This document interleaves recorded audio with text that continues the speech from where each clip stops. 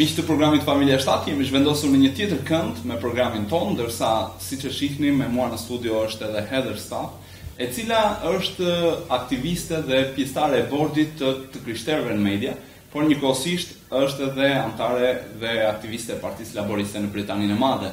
Heather është këtu për të na folur për Të Krishterët në media dhe për aktivitetin e saj. Heather, mirë se erdhe në studio.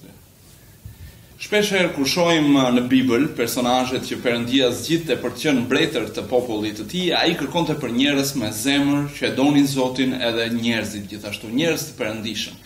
Por cili është realiteti i politikanëve në ditët e sotme? A janë pak të ngjashëm me atë çfarë na përshkruhet në Bibël? Well, I think even today we can see, like the Bible, there are flawed characters everywhere. So what happened in Scripture, you often find that people appoint a king. The king is not the person that they were looking for. He tends to be flawed, he has his own issues, and sometimes God says, that's the wrong person, guys. You've chosen the wrong person. I'm going to bring someone else in who is still flawed. And I think our politicians often reflect that. We want often a superhero. You know, we'd like a Superman, a Batman, someone to get us out of trouble. But actually, that's not what you get. You get humans. We put in people that are like us. We have good days, we have bad days. But of course, you want people in that have integrity, that reflect godly values. I'm really lucky in where I work. I know members of parliament around me that have characteristics that I really love, that work on behalf of people. They work long hours, often for not much money. They've gone through what we call the ranks. They've taken a long time to get to where they are. And they care for people, and they just care for those around them. When we had some, for example, the terror attacks that happened quite recently in London, you know, you had MPs that were trying to help people, to save people's lives. They were worried ultimately about their kids. You know, is my child safe?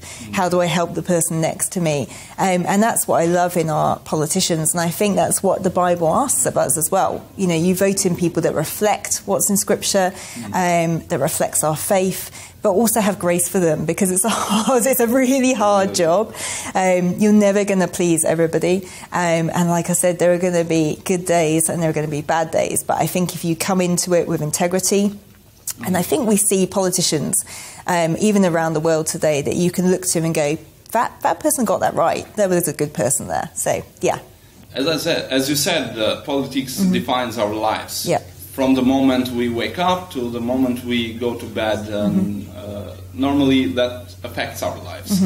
How important is for us as Christians to be involved in politics? I would say really important. You can often leave it to someone else. And there's a song that I really like by he's a guy called Matthew West. He's a sort of American singer-songwriter. And he talks about essentially, you know, if not me, who? If not now, when, essentially. And it's kind of, if Christians aren't involved, someone else will be. You know, it could be your neighbour, it could be someone you don't like, it could be someone of different faith. Actually, you need to be involved. And I think there is a difference between politics and governing. And that's where maybe we get a bit of confusion coming in. Politics is essentially life. It's just what happens around us. So it's when we're cross about what happens on the street, or crime, or not enough street lighting, or corruption. And then we need to make the step in to say, okay, what am I going to do about that? Because you can't rely on the nice person who's going to pick up, you know, somebody who fell over. You can't rely on people like me trying to get the job done. You know, or the politician that you know that's overworked, overstressed. You've got to be in there as well. And I actually think there's a real biblical call for Christians to not just be in the political system, but on the outside as well, holding people to account. But also making change in their society. And also God's mandate is everything. So you see it in Colossians, in Romans, in the Bible, where he says, you know, I'm the God of everything. I created everything. And that includes the political system. And often what we do in churches is we raise up better school teachers, and we raise up people that are good at, you know, public speaking, that can be great musicians in their church, great church leaders, but we're not actually very good at helping people in everyday life. And that's a huge part of society. So I'm really passionate about seeing leaders raised up who can be politicians, or can be lawyers, or local kind of mayors in their area, and they can do it really well. And that's not easy, and God doesn't say it's easy either, but yeah, just getting involved is the main thing. Normally today, politicians are labeled like corrupted people, or people with no morality or no good values. And this is something that normally stops us from going to vote, and we have a phrase in Albanian. I think it's important to know that between the two evils, we must choose the less dangerous evil. Why is it important to go and vote? Why is this important for us? We have and also a saying in the UK, and it basically is, we've used it a lot in Christians and politics, and it says, show up, Jesus did. And basically it's that sense of actually people kind of really fought for the vote, giving you the right. And you can vote in different ways. You know, you can vote for a party. You might never agree with it. We also have a saying which is essentially, you know, I have a confession. There's only one party I ever agree with. That's myself. So in the sense that you might find something in the party that you think, actually, that's okay. That's good. That person there I can really get behind. So it's worth voting. Or it may mean that actually I use my vote to spoil the ballot and not vote, which is controversial, but people interpret it differently. Or you say, actually, I'm going to set up my new party. You know, I'm going to be bold here. I often look at it like cleaning your bathroom. In a sense, we can see our bathroom and it can be really dirty and disgusting, and you really want it to be clean. And so you stand on the edge of the bath and you can, you know, as a person of faith, or you can go in there and pray.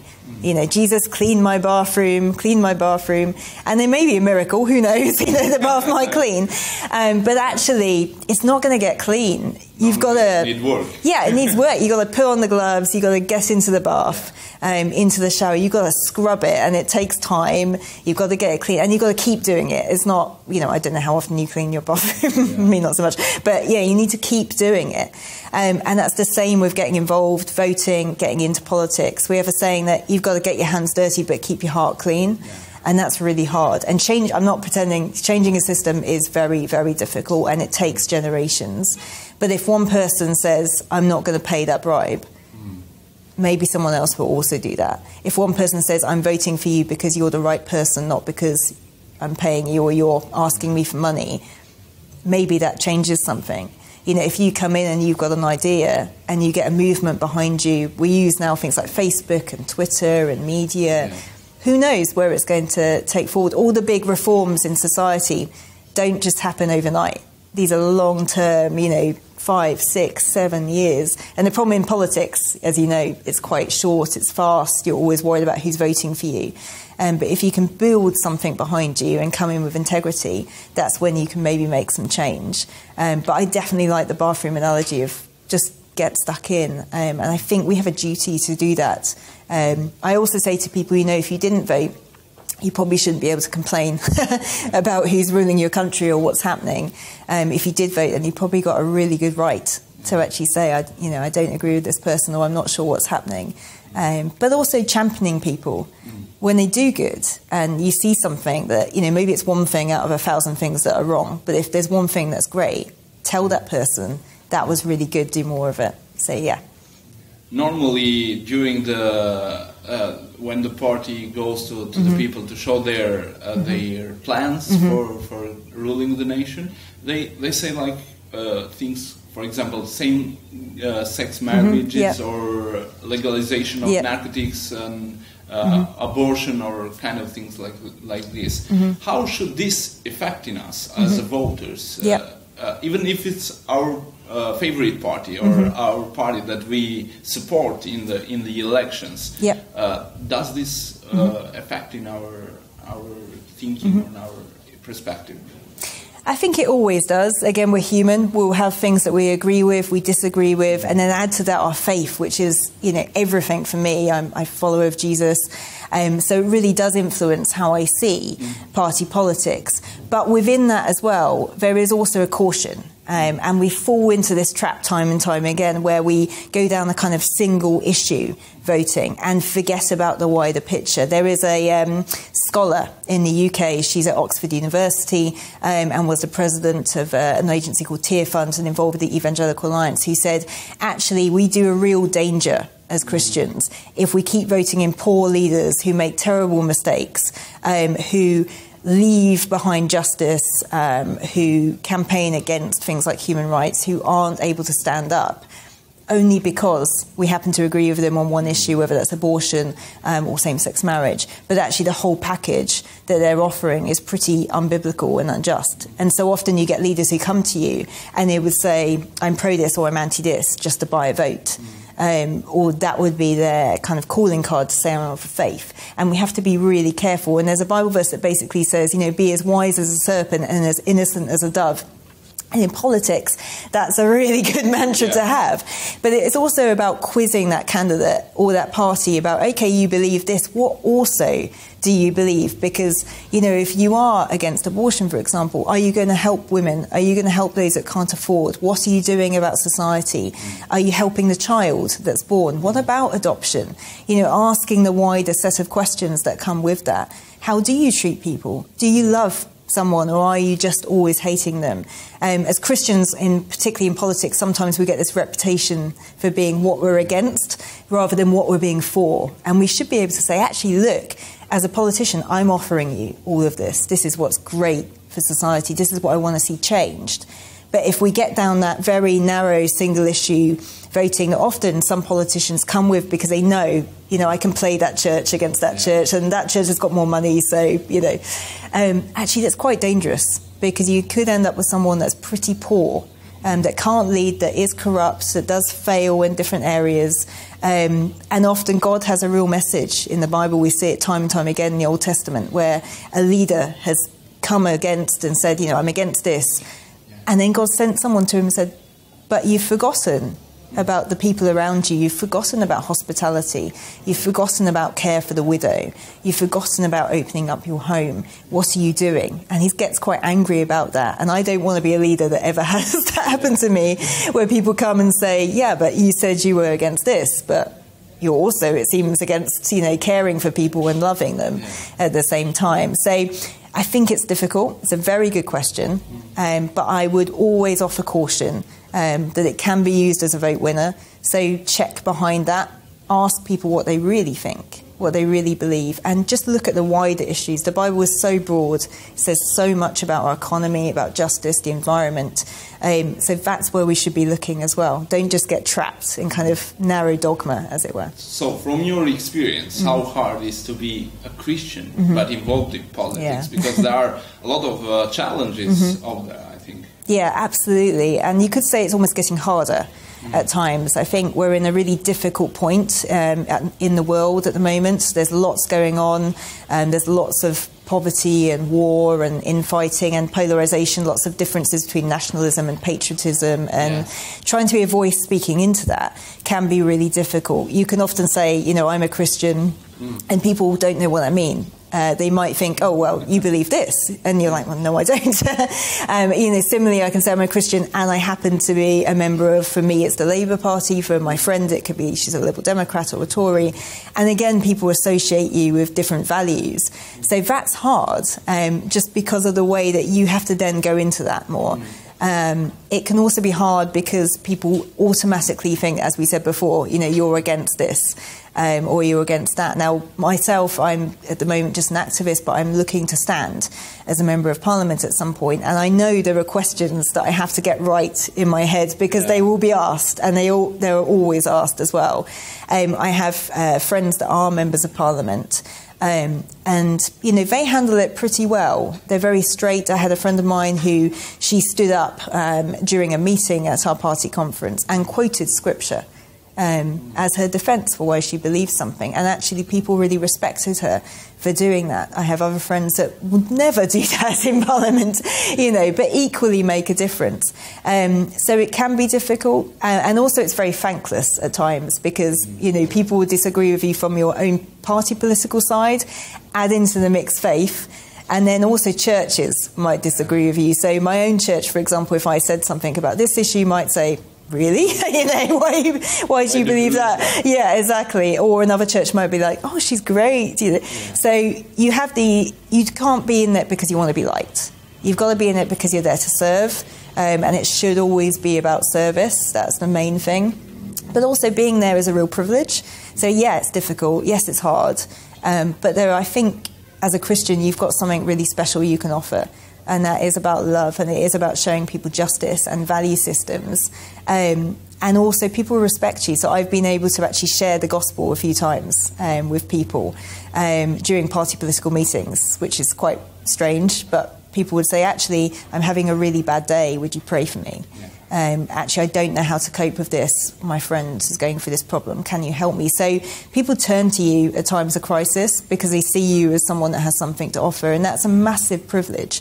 But also, I think the difference is when you're a Christian in politics, you also need to deal with complexity, different layers, and being able to engage in the argument. So you need to be a bit like Paul talks about, I was all things to all men. You need to be able to communicate to people in ways they understand, and not just using, we call it in Britain, church language or Christian language, which is fine, and you can use that, but you also do need to be able to communicate in a way that people don't immediately go, why are you here? Should you even be here? And have solutions, have policies, don't just complain. And that's a real, gift as well to be able to do that. But I would also say, because it's so difficult, you've got to have people around you. You really need to have your team around you, and friends, people loving you, praying for you, holding you account, people who don't always agree with you. I think it was Abraham Lincoln who got a cabinet around him, and they called it the team of rivals. He deliberately put people in his cabinet who didn't agree with him. I think that's really smart because it keeps you sharp. And equally, I have people who pray for me and I know who love me, but they're not people that agree with me all the time. They would challenge me and sort of sharpen me. And I think that's possibly the best advice I'd give anyone going into politics, that it's difficult, but just, have your friends around you, people that you trust, who can keep you grounded, but also tell you, keep going. It's not all bad. It's massively important. So that would definitely be my advice. Normally in the Bible, we are mentioned, the Christian are mentioned like the salt and the light of the world. And that means the salt gives taste to the food. Yeah. And how we can, as a Christian, give taste to this political, corrupted politician and things like this. Yes. How can we be salt to this area? That's an excellent question. And salt is also really interesting because it adds flavour, and it is what gives you flavour. But if you have too much, it can be, you don't want it. Yeah. So I think as Christians, that's just that, isn't it? We have to be involved. We bring the value that adds flavour. It adds diversity, it adds colour to the political arena. And where it is corrupt, you call it out. You speak about it, and that may mean making some sacrifices. You might not get that job you want. You might be put under pressure. It can be really difficult. In Britain we have this, I don't know if you have it here, but we have Twitter, and then we have this thing called trolling, where people kind of say things about you deliberately to harm you or hurt you, and sometimes it can lead to death threats and things that are not great. But actually, as Christians, we're called to be making those sacrifices and having people with you, helping you. And I think that's the flavour. Yeah. Of course, if you have too much, and this is maybe where we're not places like, that has what we call a theocracy, in the sense not being a full Christian state or an Islamic state, or, you can see the damage that they do. It's almost too much flavour. Yeah. And people become resistant to it. You have extreme conflict. Again, people think about what you're against rather than what you're for. They only see the negative at any time. And then that's when I think we do real damage to the Christian faith as well because of that. So Jesus was great when he was great anyway, but when he came, he spoke in parables that often were what people needed to hear. And was loving as a result of that as well, in the way he handled people, and robust. And I think as Christians we have that duty to bring the flavour, to be robust when we need to show love and compassion to people that are marginalised, that are hurting, because our Saviour was hurting and was marginalised as well. And I think we have to bring that in. So often we can be that judgmental, you're wrong, everything's wrong, but actually we need to remember these are people at the end of the day, and we all make mistakes, and we need to help each other grow. And so it's really important that we speak into that corruption, but also do it in a way that is effective.